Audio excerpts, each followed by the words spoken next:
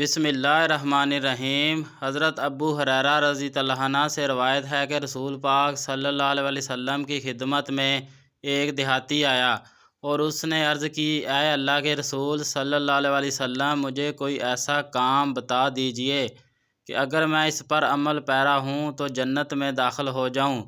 آپ صلی اللہ علیہ وسلم نے فرمایا، اللہ تعالیٰ کی عبادت کرو اور اس کے ساتھ کسی کو شریک نہ کرو، نماز پابندی سے پڑھو اور فرض کی گئی زکوٰۃ ادا کرو اور رمضان کے روزے رکھو۔ دیہاتی نے یہ سن کر کہا، قسم ہے اس اللہ کی جس کے دستے قدرت میں میری جان ہے، میں کبھی اس میں کمی پیشی نہیں کروں گا۔